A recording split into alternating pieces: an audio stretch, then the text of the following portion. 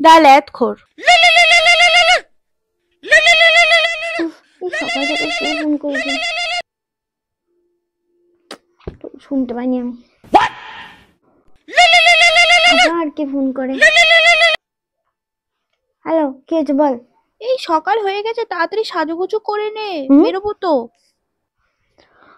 আর বলিস না ভাই, যা শরীর খারাপ, সকাল থেকে জ্বর, আমি তো বিছানা থেকে উঠতেই পারিনি এখনো। নাটক করছিস না তো? তোকে আমার বিশ্বাস নেই।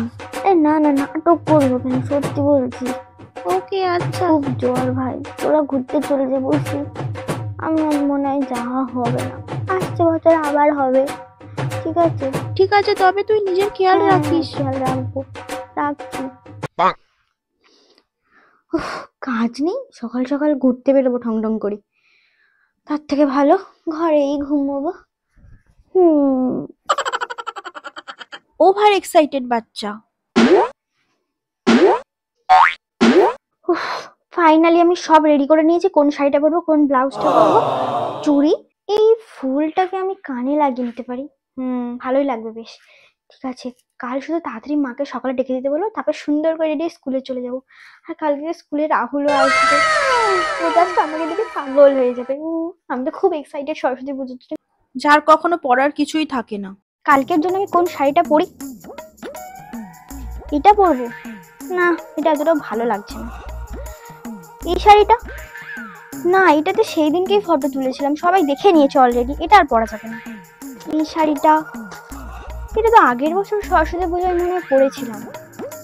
এটা এটা পরলে হতো, কিন্তু দুদিন আগে মা এটা পরে বিয়ে বাড়িতে গিয়েছিল। এই তো এই কালো শাড়িটা পরে যাবো, কালো শাড়িটা পরলে আমাকে বেশ ভালো লাগবে, এর সাথে কতগুলো জুয়েলারি পরবো, হেভি লাগবে আমাকে। এই মনা, কালো শাড়িটা রাখ, কালো শাড়ি পরবি না, কারণ না তুই পুজোর অঞ্জলি দিতে যাবি, কালো শাড়ি পরে কি অঞ্জলি দেয়? হ্যাঁ রে, রাখ শাড়িটা।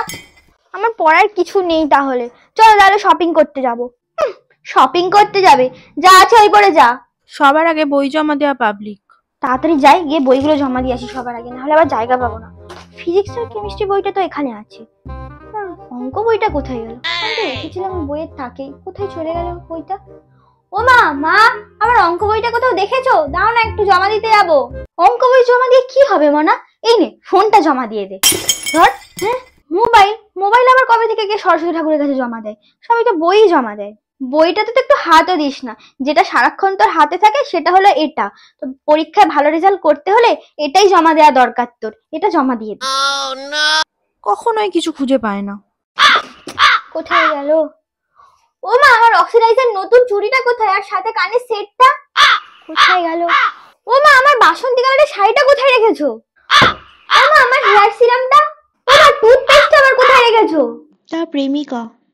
হ্যালো বাবু, হ্যাঁ তোমার পাঞ্জাবিটা রেডি তো? তুমি তাহলে ওই সবুজ কালারের পাঞ্জাবিটা পরো, কিন্তু আমি ওই সবুজ শাড়িটাই পরবো, দুজনে কাপল ফটো শুট করবো, আর সকাল সকাল বেরোবো, ঠিক আছে? আর শোনো না, আমরা না প্রিন্সেপ ঘাটে যাই, কাপল ফটো খুব ভালো আসে, আমরা টুইনিং করবো আর হ্যাশট্যাগ লাগাবো কাপল গোলস। আচ্ছা, আমাদের ফটোটা তাহলে কে তুলে দেবে? এই তোমার ওই নাক বোচা বন্ধুটা আছে না, পল্টু, যার ডিএসএলআর আছে, ওকে তাহলে তুমি নিয়ে এসো কালকে, কোনো একটা কাজেতে লাগুক বেচারা। ঠিক আছে বাবু, টাইম মতো চলে এসো, কিন্তু আমি কিন্তু গেটের সামনে ওয়েট করবো, আর আমি কিন্তু বাড়িতে বলে বেরোভাবে পড়তে বেরোচ্ছি, ঠিক আছে? Tata. The blogger. Hello guys, welcome to my channel. আজকে সরস্বতী পুজোর আগের দিন, আমি আজকে সব প্রিপারেশন করে রাখছি সরস্বতী পুজোর জন্য, আর তোমাদের সাথে শেয়ার করছি আমি কি পরবো। এই দেখো, এই শাড়িটা আমি পরবো, আর সাথে হচ্ছে এই ব্লাউজটা। তোমরা সবাই জানো আমায় কেমন লাগবে পরে, এর ফাইনাল লুকটা আমি কালকে শেয়ার করবো কিন্তু তোমাদের সাথে। আর বন্ধুরা, কালকে আমি লাইভে আসছি প্রথমবার, তোমরা অবশ্যই কিন্তু লাইভটা জয়েন করে নিও। আমার 25টা সাবস্ক্রাইবারের কাছে একান্ত অনুরোধ যে তোমরা আমার লাইভটা কিন্তু দেখো, কারণ কালকে আমি লাইভ করবো বাইরে, কার বউ কার সাথে গেছে, কার গার্লফ্রেন্ড কার সাথে ঘুরছে, সেসব তোমরা দেখতে পেয়ে যাবে। আর তার মধ্যে যদি তোমার বউকে বা তোমার গার্লফ্রেন্ডকে দেখতে পেয়ে যাও, কিন্তু তার দায়িত্ব আমি নেবো না। উফ, যাক, আজকের মতো শুট কমপ্লিট। কালকে একটা নতুন কন্টেন্ট পাবো সরস্বতী পুজো, আর আমাকে ভালো করে সেজে গুজে সুন্দর সুন্দর জায়গায় শুটও করতে হবে।